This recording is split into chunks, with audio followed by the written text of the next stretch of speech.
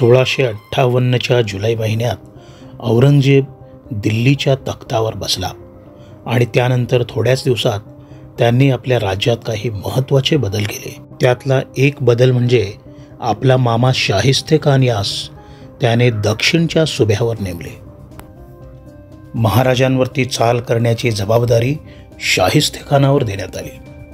शाहिस्तेखान हा शूर सेनापती आणि अनुभवी शासक होता. त्याचा मुक्काम त्यावेळेस औरंगाबादेत होता. शाहिस्तेखानने भल्या मोठ्या सैन्यासह अहमदनगरकडे कूच केले आणि तो 14 दिवसांनी अहमदनगर येथे पोचला. यावेळी शिवाजी महाराज मिरजेच्या स्वारीत गुंतले होते.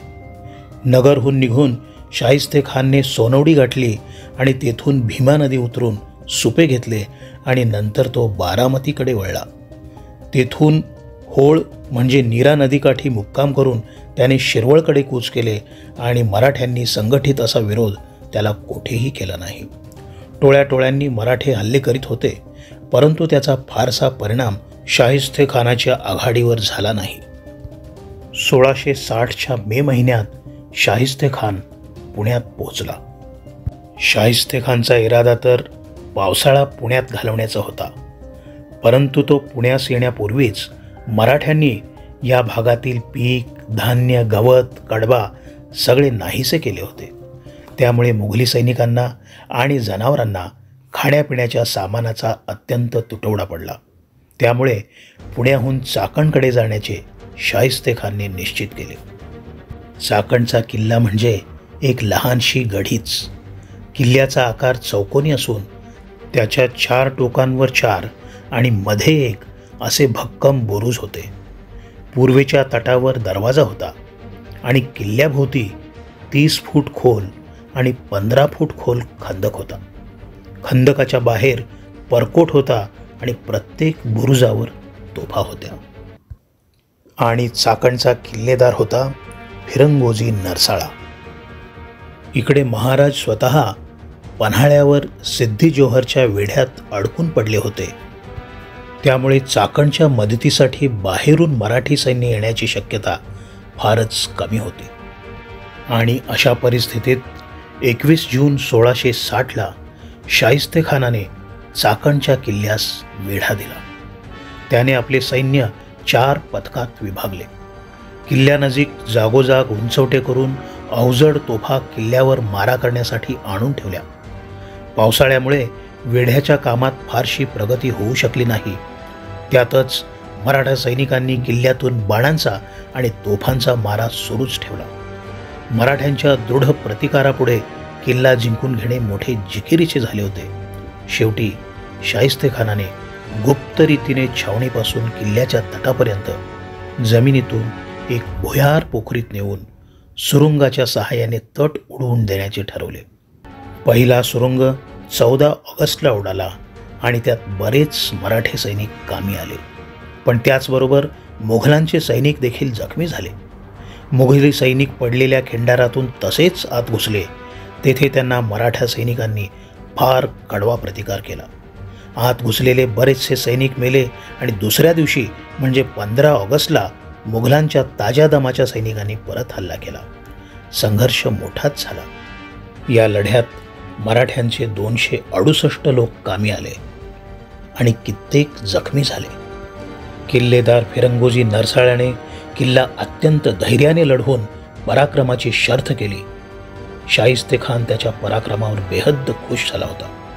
त्याने त्याचा सन्मान करून मुघलांची चाकरी पत्करण्यास सांगितले, पण त्याने ते नाकारले. चाकणचा किल्ला घेतल्यानंतर ऑगस्ट अखेरीस शाहिस्तेखानाने पुण्यात येऊन आपला तळ ठोकला. इकडे महाराज स्वतः सिद्धी जोहरच्या वेढ्यातून सुखरूप बाहेर पडून राजगडावर पोचले होते. डोंगरी किल्ल्यातच महाराजांची खरी ताकद आहे हे औरंगजेब ओळखून होता आणि म्हणूनच शाहिस्तेखानाने महाराजांचे डोंगरी किल्ले घेण्यास सुरुवात करावी अशी त्याची इच्छा होती.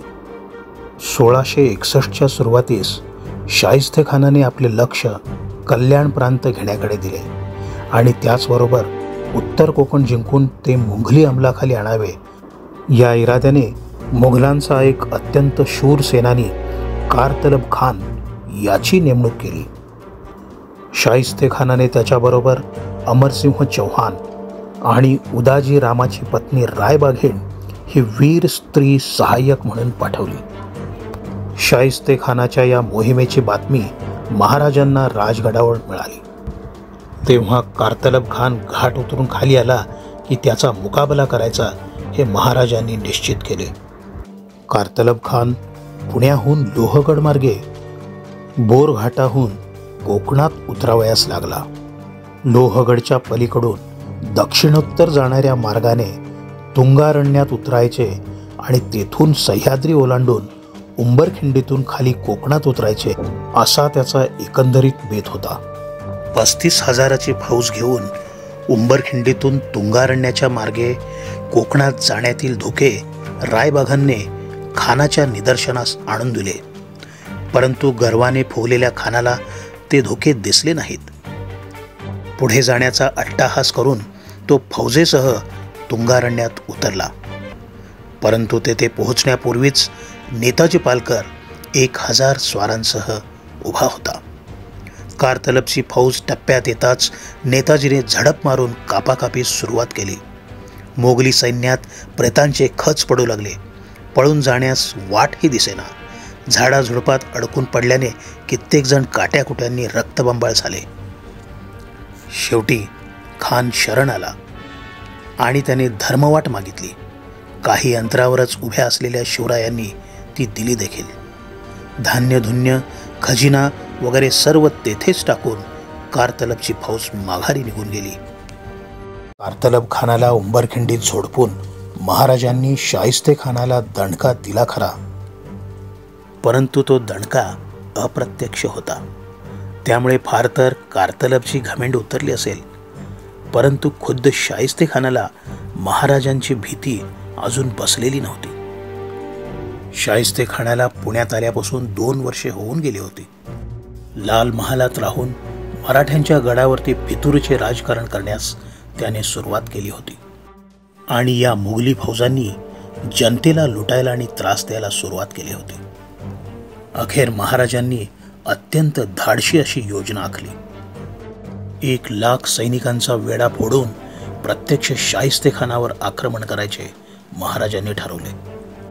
महाराजांनी स्वतःबरोबर 400 निवडक सैनिक घेतले आणि मुघली तळाच्या दोन्ही बाजूस नेताजी पालकर आणि मोरोपंतासह सैन्यास ठेवले. बाबाजी आणि चिमणाजी देशपांडे यांना महाराजांनी आपल्याबरोबर घेतले आणि 6 एप्रिल 1663 या दिवशी हल्ला करण्याचे निश्चित केले. 5 एप्रिलच्या रात्री निवडक सैनिकांसह महाराज मुघलांच्या छावणीत शिरले. मुघली शिपायांनी विचारणा केल्यास त्यांना ते सांगत की सर्वजण दक्षिणी सैनिक असून नेमून दिलेल्या जागी अमीरुल उमराच्या हुकमानुसार जात आहेत. मध्यरात्रीच्या वेळे ते लाल महालानजीक पोहोचले. महाराजांना लाल महालाची खडानखडा माहिती असल्यामुळे योग्य ठिकाणी प्रवेश करणे त्यांना कठीण गेले नाही. योजनेनुसार हाच दिवस निवडण्याचे आणखी एक कारण म्हणजे रमजानच्या उपोषणाचा तो 6वा दिवस होता. खानाचे नोकर चाकर झोपी गेले होते. पाकगृहाच्या बाजूस असलेल्या माती आणि विटांनी केलेला जुजबी दरवाजा महाराजांच्या सैनिकांनी फोडला. महाराज आणि सैनिक थेट खानाच्या शय्यागृहापर्यंत पोहोचले. तेवढ्यात खानाच्या माणसांनी महालात अंधार केला.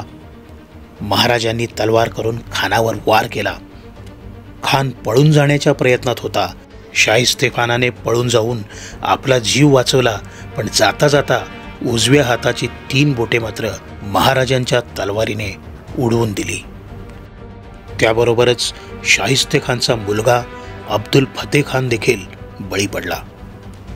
एव्हाना खानाचे सैन्य जागे होऊन वाड्याभोवती जमा झाले होते. हे बघून महाराजांनी आपले लोक जमा करून सरळ मार्गाने छावणीतून वाट काढली. मुघलांना शत्रू कोठे आहे आणि तो कोणत्या मार्गाने गेला याचा थांग पत्ता देखील लागला नाही. खानाने महाराजांची एवढी धास्ती घेतली की पुढील 3 दिवसांच्या आतच पुण्यातून त्याने तळ हलवला आणि औरंगाबादकडे तो रवाना झाला.